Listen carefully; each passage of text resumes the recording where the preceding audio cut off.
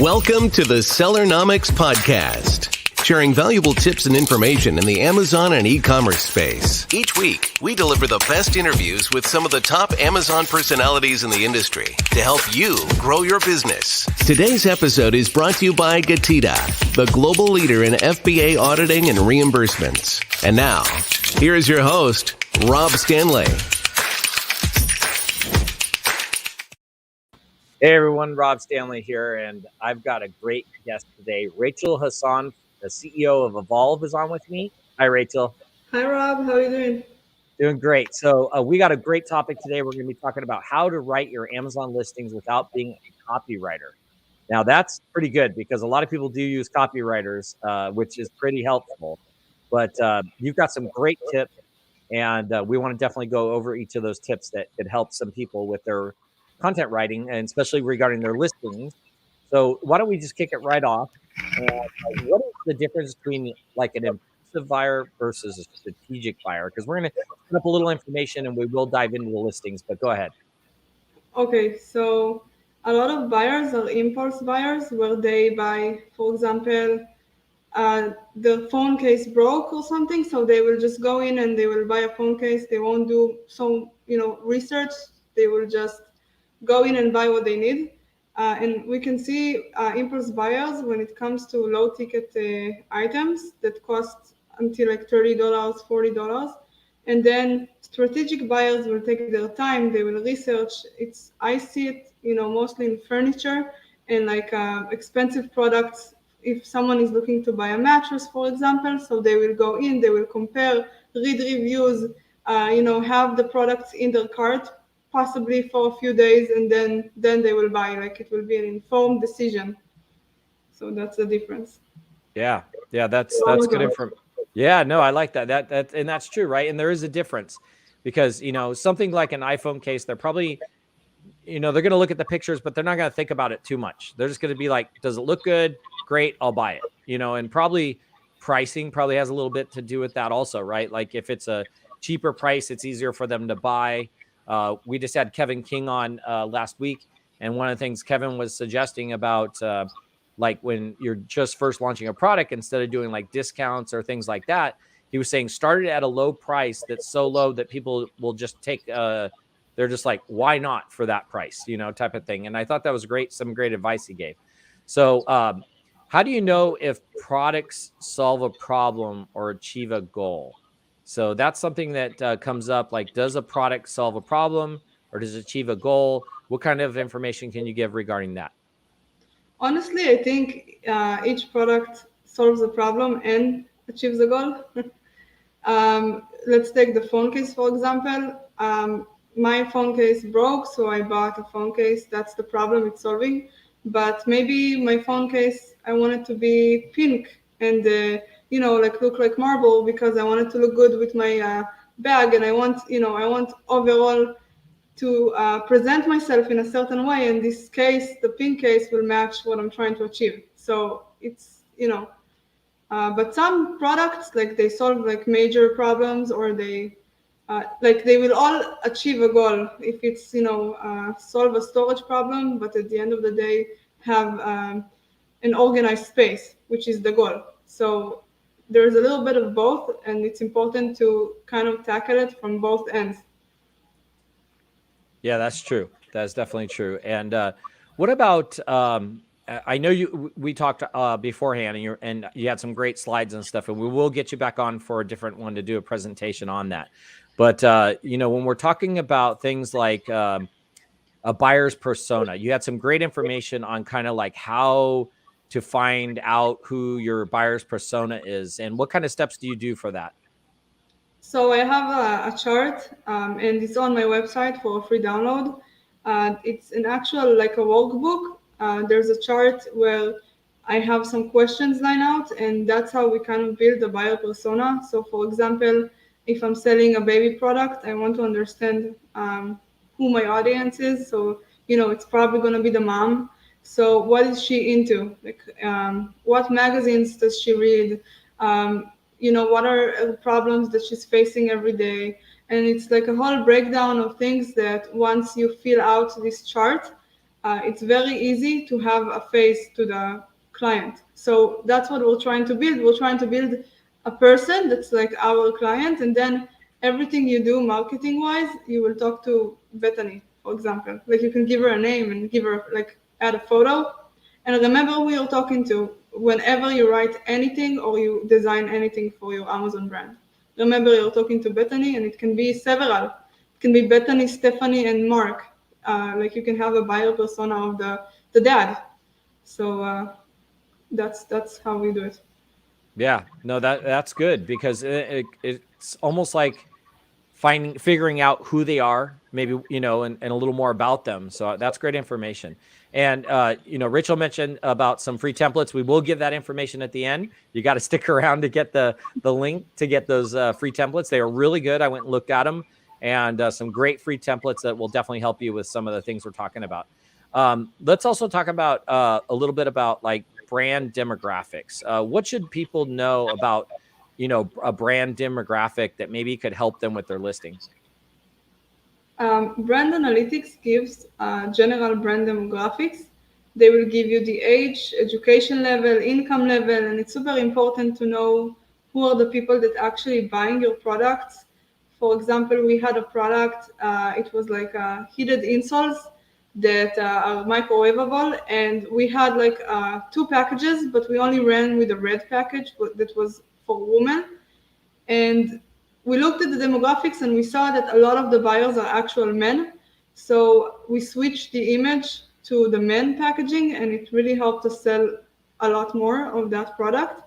But that's like the basic information. And I would also look outside of Amazon for this brand demographic. Like if you have a Shopify store, or just Google Trend and look at, similar brands and just see who the buyers are. Yeah, that information comes in handy too, right? Because like you just said, you guys noticed that there was more men buying them. So if you switch and that particular product's universal, it could be used for men or women, but exactly, yeah. It's that there was more men buying it. You might as well make the photos the demographic of the people that are buying it, and that really helps. Same with like age ranges. It could be if you're showing a complete person. If it's an older crowd, maybe you want an older person in there. If it's a younger crowd, maybe you want a younger person in there. So those I'm going to go back to the baby brand. There's all sorts of moms. Like there will be moms that will spend a fortune on a baby cart stroller.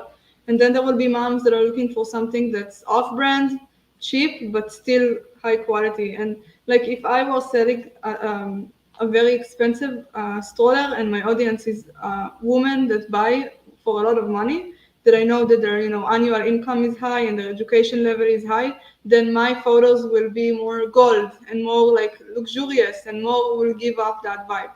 So it's super important. Yeah, no, that's great. That's good extra information for sure.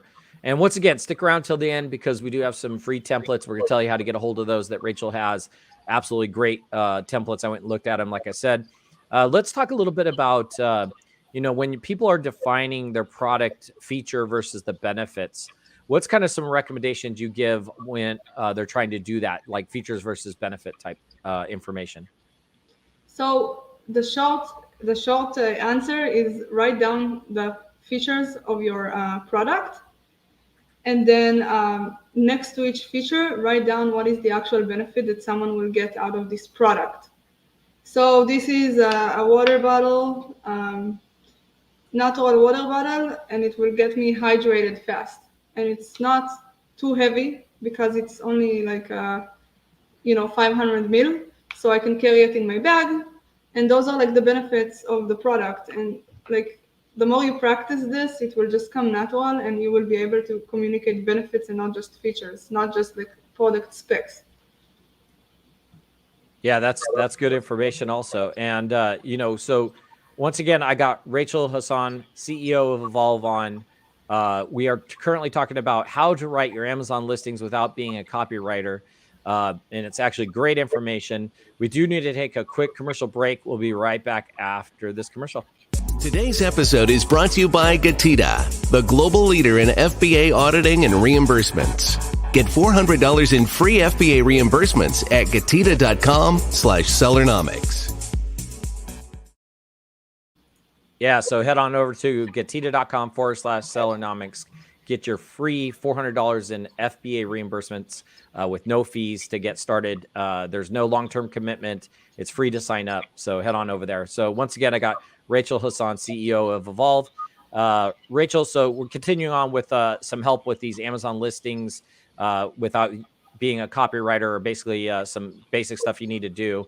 What about how do you find a unique selling proposition? Like, how do you define it or show that there's a unique selling proposition? What kind of tips can you give on that? I also have a template for that. Yay! But essentially, yes. But essentially, it's going to be what makes you stand out. Like when you bring a product to Amazon, you look at the competitors and you're thinking like how I can make this better. Then in most of the cases, that's what's going to make you better. And let's say I went ahead and I brought like a generic product and I didn't really make it any better. I can still be better by saying that my brand is better. You know, like why are we different? It can be we're different because we give customer support 24/7. We're different because we source our product from natural places, or a fair trade, stuff like that. That's also unique selling proposition. So it doesn't have to be an exact product feature. It can be even just like what your brand stands for. So the template will outline it specifically, like in a sentence, how it would sound like. Yeah. So once again, stick around to the end. We will give the link to get to those free templates. And we will be, of course, there is a couple, I think there's 3 total templates, if I'm not mistaken. So we'll keep going on though and providing more information. So, one of the things we hear every time I'm talking to, somebody we have on and we're talking about listing optimization or fixing listings, is the importance of the bullet points. Why don't you kind of go over how important are the bullet points? Is there any little tips regarding how many? What's your information regarding bullet points? Okay. People do read them. Super important. That many times when we write a listing, or we optimize a listing, we don't give the importance it deserves. And people actually go in there and write and read all the bullet points, especially when it's an expensive product or a product that requires assembly. So I keep the bullet points short, like 3 lines in Word documents, Calibri font 11 in size. So 3 rows, and I make sure that my titles, like the bullet titles, will be the benefits and not the features. Like for example, let's say I'm selling a storage basket. So I won't say, 10-inch by 10-inch storage basket dash. It will be ample space for all your belongings, and then I would specify the features. So I go backwards. I use the benefits. So if someone skim reads through the bullet points, they can actually see 1, 2, 3, 4, 5. Those are the benefits. So I will have ample space, and the material is high quality for many years, and so that's how I like to do it. The last bullet point I like to dedicate for the customer service side of things, letting them know who I am, what my brand is about, and how to reach me, and that they can reach me. Then if you have a product that is a good gift, so just have a bullet point mentioning this, that it's a good gift idea. You can put in there that it's who is it for, like mom, grandma, daughter, and like the events like birthday, graduation, and stuff, because that's also good for ranking wise and optimization, keyword optimization. So it's good to have that if it's relevant. Yeah, no, I agree. And that's some great tips on using those kind of last few bullet points, when you're doing them. And I mean, when I'm shopping, I look at the bullet points, I want to see information, highlights about what, maybe a feature or something that's in there. But it is also nice to know kind of a little bit about, the company, or maybe what sets them apart. Maybe they use eco-friendly material or something like that. So that's definitely good to know, because that can make you stand out from some of your other competitors out there. So I love it. Like I feel like right now there's a big shift for Amazon sellers and Amazon in general. So I come from the marketing industry. So I didn't start out with Amazon. I started out media buying, branding, like doing stuff like that. And I feel like right now, with ranking issues and changes with Amazon, it's more important than ever to build a brand. And a part of it is just have like a brand voice and put it in the bullet points, put it in your A plus content, and really like define your brand and have it in the listing, like say who you are and what you do, and have a storefront, do like the trademark and everything. Super important. Yeah. So since we're on that subject, why don't you go ahead and also maybe give some tips on, and this could probably be a long one, but product description. There's a lot involved in the product description. And why don't you tell us what some tips you could give when people are trying to optimize that product description correctly to try to really get that information across? Okay, so if you're not doing, like, if you have A plus content or no, you still need that description in the backend for keywords. But let's assume you don't have A plus content. Um, the way I structure my bullets, I would use that section to begin with a sentence that talks directly to the person. Like, hey, do you feel dehydrated? Do you need to have like a water bottle by your side all the time to drink during the day? Like, I would touch the problem in a form of a direct question. And then I would start talking about my product. And then I would break down similar to the bullet points, but I'm not gonna copy the bullet points. I'm going to break it down, like the benefits. Like, hey, this bottle is, fits your purse, etc. So I will write down the benefits shorter than the bullet points, and then I'm going to talk about the brand, and then I'm going to push them to actually take an action, like add to cart today, buy today and have it in like 3 days, be hydrated and happy. If you do have the A plus content, I would do the same, only with visualization. So the sections will be built in a way where also I would also add the specs, like the dry data, the measurements, the weight and stuff like that. And I will add like how to use instructions.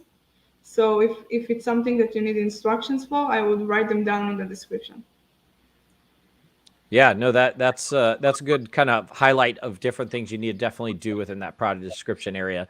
So I was talking to Rachel before we got on the show here, and I was reading through some notes that she had sent me, and one of the things it said, and this was kind of an interesting one: reviews are a great research resource.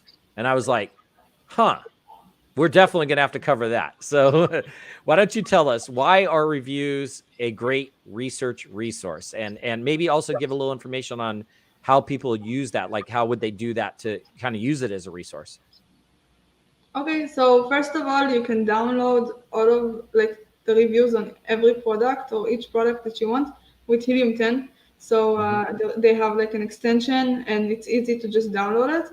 I like to go to the bestsellers or products that are similar to mine with similar benefits, and just read what people say. Like there is no better way to learn about your market or your product than actually seeing what people think about it. I recently moved, and I was in the process of buying a lot of stuff online on Amazon, and the only thing that actually made me buy is looking at the reviews.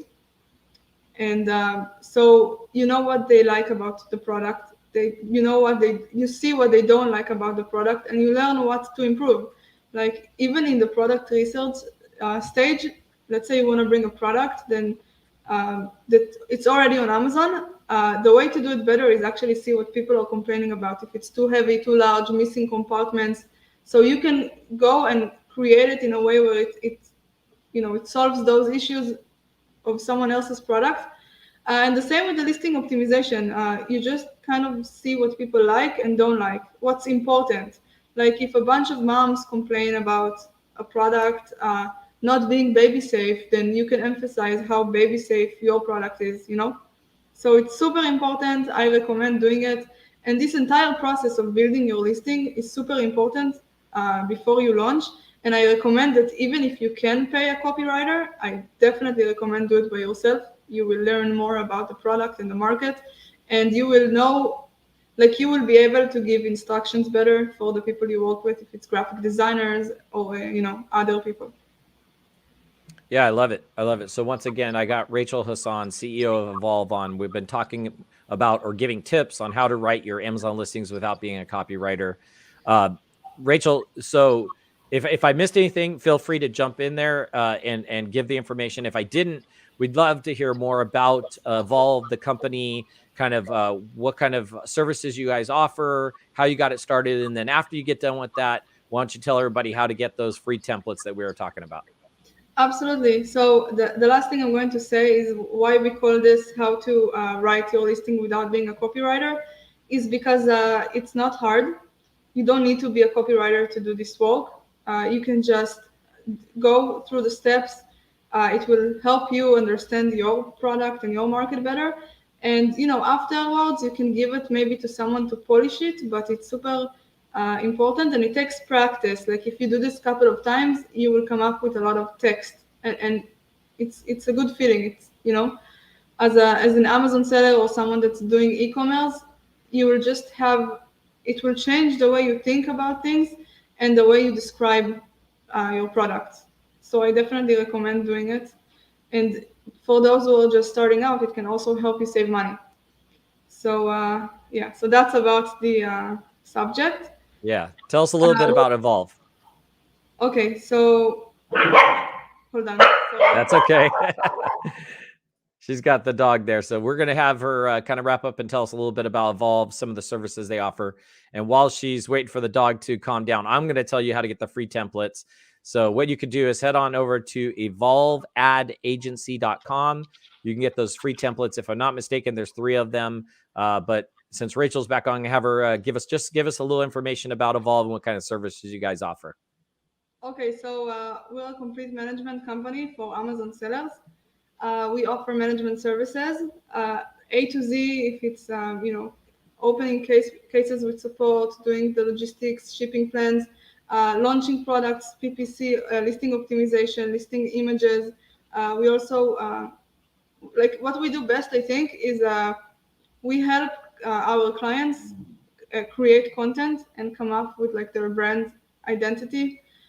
So we can help you get a photo shoot going for your product. We can help you with your listing designs, your website. Branding is part of what we do for Amazon sellers, which is super important today. So it's kind of like we specialize in Amazon, but we can also help you create user-generated content, videos for your PPC campaigns, photos for your listings, your Instagram, social media, all of that. We kind of take marketing and Amazon and we bring it together organically and paid. That's great. Yeah, so head on over to evolveadagency.com. You can check out the services that Rachel offers, and then also, of course, those free templates. And there's 3 of them, right? If I'm not mistaken. Can you tell them what 3 templates? Do you remember which 3 templates they are? It's features versus benefits, buyer persona, and your unique selling proposition. There you go.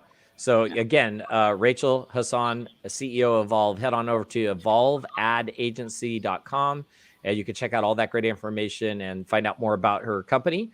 And Rachel, it's been great having you on the Sellernomics podcast. I really appreciate it. We had a little hiccup getting started, but I appreciate you jumping on and the dog. That was always fun having the dog on. So be sure to head over and check out her company and what kind of services they offer. That's the way we keep this Sellernomics podcast going, is by people, basically checking out when people come on, see the services they have, even if you don't use it, at least go check it out, because you never know what may be there that maybe a friend of yours asked you about, and you're just like, oh, I just saw this company that has that service. So Rachel, thanks again for being on Sellernomics podcast. I really appreciate it. Thank you, Rob. And also I want to say that all of my customers have GETIDA and they love it. It's great to work with you guys, and we're getting money back. So it's incredible.